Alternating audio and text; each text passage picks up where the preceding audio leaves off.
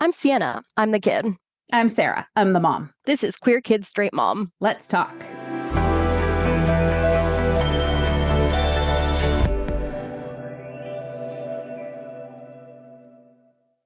Welcome back to Queer Kid Straight Mom. This is going to be a pretty quick episode. The information is pretty basic, and it has been an insane weekend because I graduated, guys. Sienna graduated from college, honors degree in political science. We're very, very proud of them. But anyway, there's been a lot going on. So we are going to cover this pretty fast, like I said, but we wanted to talk about the brands that are backing off of support for Pride and DEI. So you know where you want to spend your money.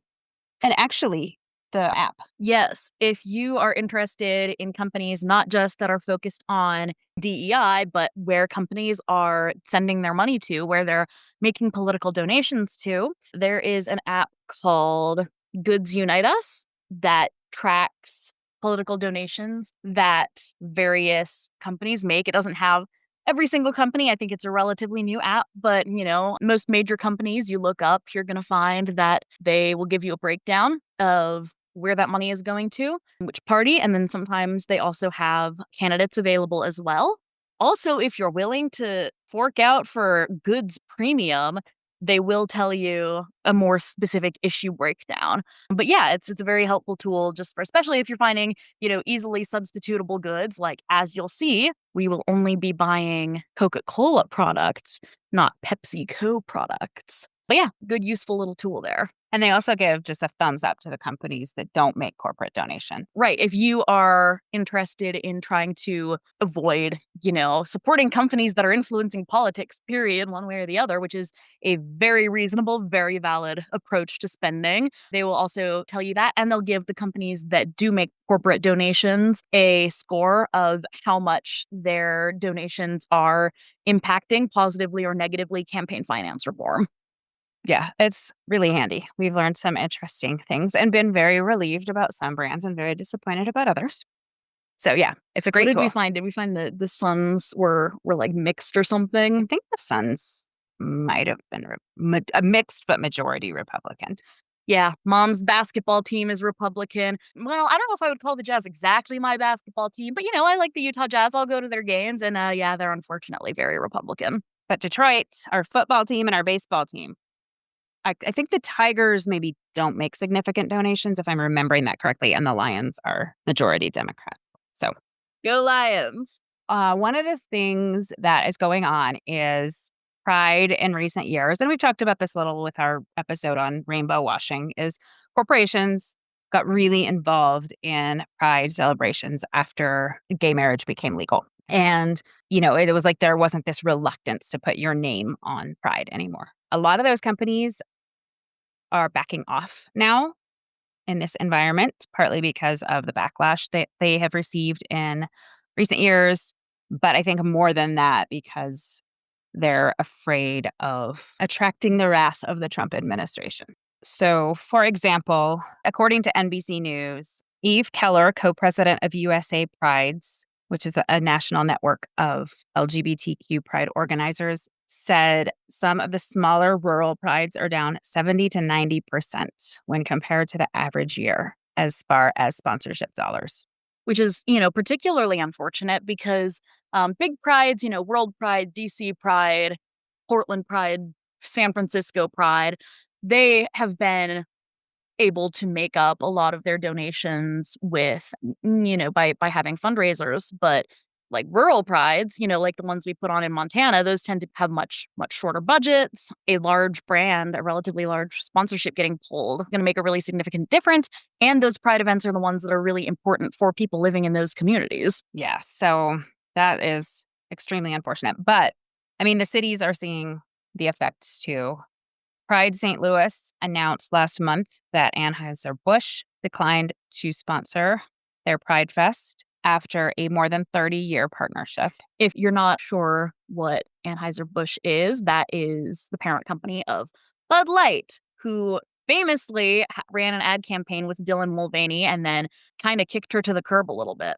Yeah. So Fortunately, as Sienna said, because, these urban pride celebrations can do a little better, they have said that they've made up almost all of the deficit in individual donations.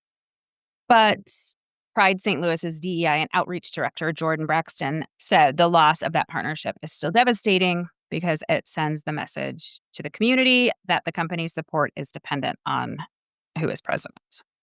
Something that really bothered me as well was World Pride is being held in Washington, D.C. this year, which is kind of rubbish timing. But they have said that one of the things that is getting kind of cut or reduced or on the chopping block a little bit is some fund that's meant to go towards helping really vulnerable members of the community in terms of access to resources and food and all of that kind of thing. And that was supposed to be a fund that was available. And that's one of the things that has really lost some of its steam because of these donations being dropped. San Francisco Pride, their march had Anheuser-Busch, Comcast, Diageo, and Nissan, who had agreed to sponsor this year's Pride, and they have withdrawn those sponsorships. Those sponsorships add up to about $300,000, it is estimated. The budget for this year's celebration is $3.2 million, but, they're hoping to make up some of that from individual donations. And they're still waiting to hear back from some companies. There's kind of a range of responses. The companies that did respond, Nissan said they're reviewing all their marketing and sales spending, but remain committed to promoting an inclusive culture for employees, consumers, dealers, and other key stakeholders. A spokesperson for Diageo, which is a beverage company, said that they will still be involved in Pride events around the country through their Smirnoff vodka brand. Comcast said local teams make their own sponsorship decisions and noted that they are sponsoring other Pride celebrations in the state, including Silicon Valley Pride, Oakland Pride, and events associated with San Francisco Pride that are hosted by other nonprofits. And then some brands just haven't said anything. A lot of this is thought to come from President Trump signing orders, executive orders from day one, declaring DEI initiatives illegal and immoral and barring the government from funding them. Big corporations are also, a little more concerned about money right now because of tariffs and, kind of fears of an economic downturn. Although John Paul Rollert, an adjunct associate professor at the University of Chicago Booth School of Business, said that while companies are blaming these budget and economic issues, he says, I don't believe that for one moment. Supporting a Pride event is not a particularly expensive undertaking. This is a fear of potential reputational harm that might come from the administration turning its spotlight on them. Yeah, which makes sense because A, these are funds that have already been, accounted for in their budgeting. And B, like you said, for companies with billions of dollars of net worth, a couple $100,000 to Pride events is not a significant blip in their funding.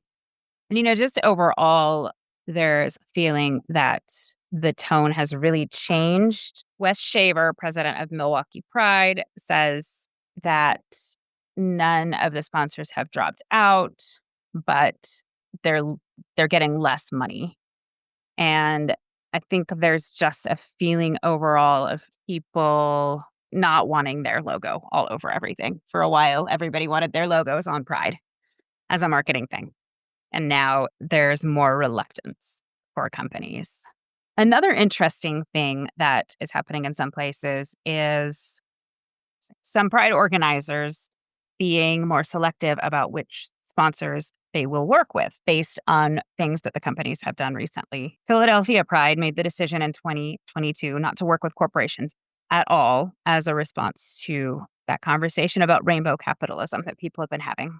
Twin Cities Pride is not going to be partnering with Target this year after Target said they were rolling back DEI initiatives.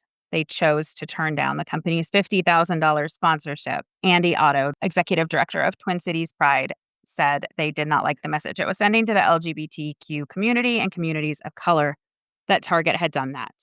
So they launched a fundraiser and actually ended up doubling what Target was planning to sponsor.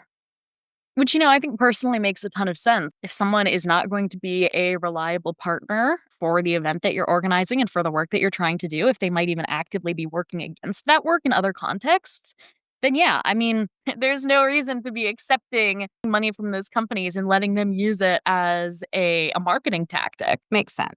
And then, along with the sponsors backing out of Pride, we just wanted to cover, who is abandoning their DEI efforts, because that also affects the LGBTQ plus community, as well as women, people of color, all other groups that DEI was hoping to level the playing field for. Except for veterans. None of these companies have any problem with DEI when it comes to like veterans. It kind of seems that way. Companies that are retreating from DEI, Pepsi, as Sienna mentioned. When we say Pepsi, that means PepsiCo, which is also the parent company of several other things like Lay's potato chips, Gatorade, Doritos, Mountain Dew. So, again, highly substitutable goods. Just buy different potato chips. Better potato chips. Google, Target, as we mentioned.